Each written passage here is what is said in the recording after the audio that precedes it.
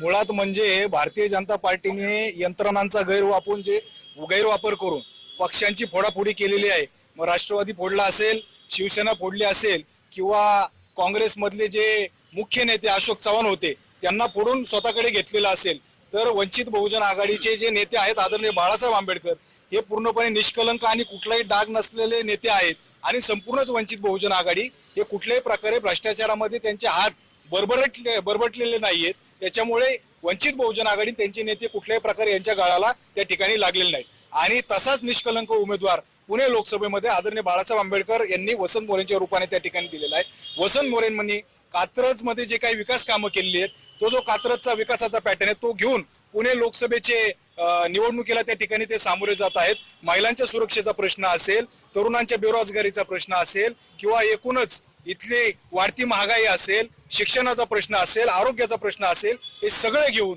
विकासाच्या मुद्द्यावरती वंचित बहुजन आघाडी त्या ठिकाणी निवडणुकीला आपण असं म्हणताय मुरलीधर मोहोळ महायुतीकडून उमेदवार आहेत, महाविकास आघाडीकडून रवींद्र दंगेकर उमेदवार आहेत।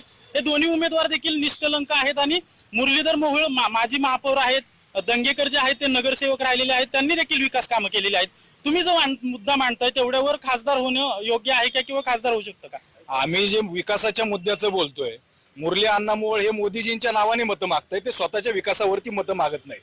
त्याच पद्धतीने काँग्रेस सुद्धा त्याच पद्धतीने विकासावरती कोणी बोलायला तयार नाही। आमचे उमेदवार हे विकासावरती बोलतायत। भारतामध्ये 5 नंबरचा भारताचा झेंडा, महाराष्ट्रामध्ये 1 नंबरचा झेंडा त्यांनी उभा केलेला आहे। महाराष्ट्रामध्ये सगळ्यात मोठी छत्रपती शिवाजी महाराजांची मूर्ती त्या ठिकाणी त्यांनी उभी केलेली आहे। त्याचप्रमाणे कात्रजमध्ये पहिल्यांदा भारतामध्ये कचऱ्यामध्ये घेतलेला जो काय आयोस आहे तो पहिला नगरसेवक जर कोण असेल भारतामध्ये तर ते वसंत मोरे आणि अशा प्रकारचे नगरसेवक त्या ठिकाणी।